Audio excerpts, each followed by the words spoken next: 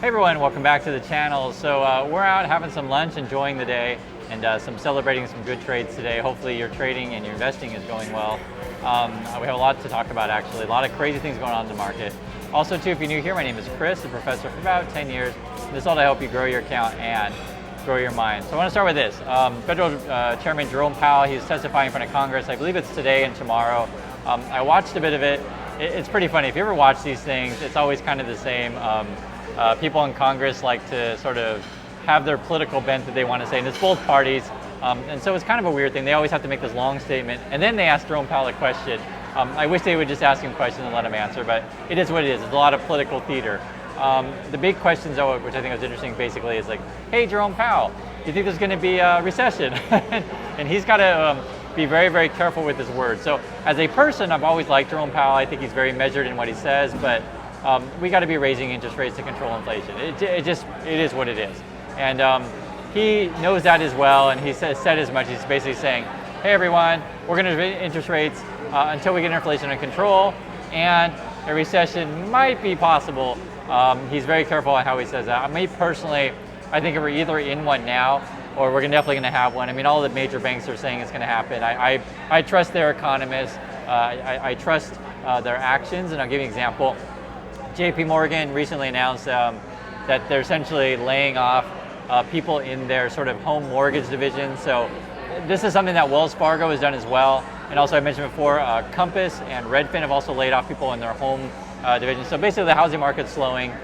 We can all see it. And also we know that CEOs sort of privately are doing hiring freezes.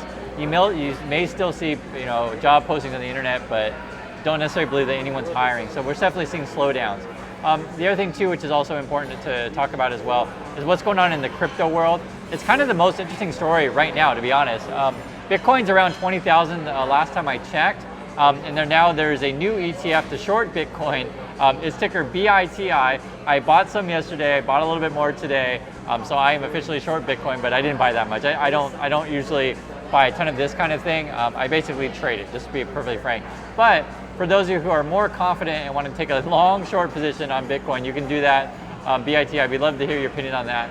This is for people who think that Bitcoin's going to go, say, like to a 10,000 or a 5,000. It's not a bad bet, but do be aware.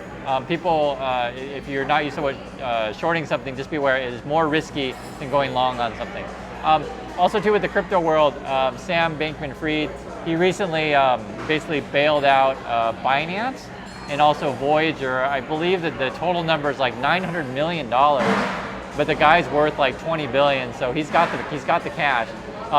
The other thing too that's really, really interesting, Binance recently just announced that they're reducing trading fees on Bitcoin to zero, so basically trade free. Over at Coinbase, it's like 1.5% trading fee, or transaction fee, I guess you could call it.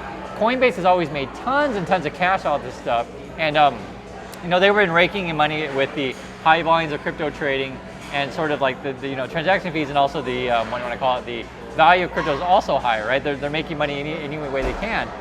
But these days, with the crypto prices falling, lack of interest, right? Transactions are going down, and now the competitors are reducing their fees. We've always known this is coming. I mentioned to you guys this before. This is something that happened with Robinhood when they said, hey everybody, you can trade on your phone, trade no fees. It basically forced all of the other brokerages to go to zero tree fading. Now, as I mentioned to you guys before, I started trading in the dot-com bubble, essentially the dot-com crash, I want to call it, and also traded in the 08-09. Now, back in these periods, I don't remember exactly, but it was like $6.99, $7.99, that kind of stuff. And they used to run commercials on TV of like, hey, trades are only $5.99, etc. It was a whole different world back then, right? So you couldn't just like get in and out of positions like all the time, do a million trades a day. These days you can, so it really changes the market. So I don't know if the brokerages and all the crypto exchanges are eventually going to go to transaction fees. So why would you want a transaction fee? Okay, here's the deal. Typically, when you trade stuff on Robinhood or any kind of free trading platform, you may not get the best execution price. So basically, like let's say the price is say $100 a market, you put in a buy order or whatever, you may get filled at like $10.10, and then that difference, that slippage, goes to whoever the market maker is, things like that. So those kind of things are very real, and that is huge money. Like a penny here, a penny there, adds up very, very quickly. However, just do be aware that if we do go to a world where we do pay for transaction fees, you can't just do willy-nilly trade on time. You're gonna have to pay for each trade. So everything has its pros and cons, and it's all up to you. And already some brokerages now offer sort of like a, what do I want to call it, a paid tier to where you can get faster execution and better prices, but you do have to pay for each execution. However, you know, for things like crypto, I think probably they're all going to go to zero trading, and do be aware your fills won't be as great.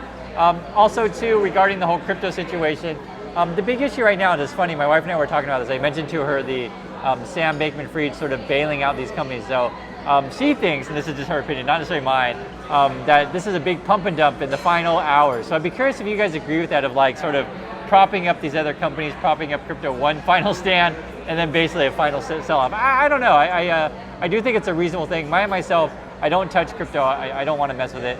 If you haven't seen yet, my other video just made right before this one, FTX, that company, the one owned by Sam Bankman-Fried, they're buying up tons of influence in DC, and they're buying up lots of people on YouTube. So if you see all these people recommending it all of a sudden, it's not that it's good, it's just that FTX has a bunch of money to buy people. I think this is important because there was a situation with Celsius when they froze the money. I remember I was reading an article and I shared it with you guys. There was someone who was like, hey, you know, I thought Celsius was safe because everyone on YouTube was talking about it, and therefore I thought it was safe. And I just want you to be aware of these kind of things, that when you hear about something, if someone's paid to tell you that something's good, don't necessarily take their opinion as being true.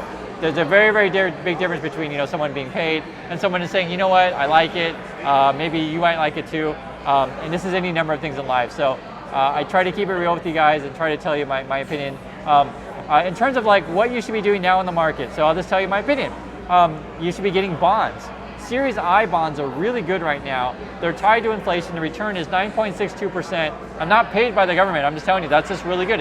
If you're not a trader and you just want to put your money safe, Series I bonds is where you want to go. The other thing you should be doing with your money, for reals, paying off any kind of debt that's variable interest.